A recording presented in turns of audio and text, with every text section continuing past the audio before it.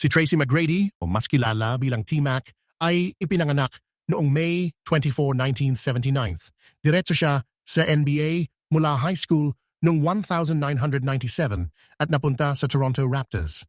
Doon, nagsimula pa lang siyang makilala pero ramdam na ang potensyal.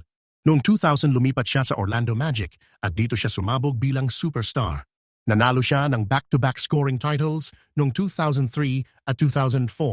Kilala siya sa effortless na pag-score, parang walang kahirap-hirap kahit bantay sarado.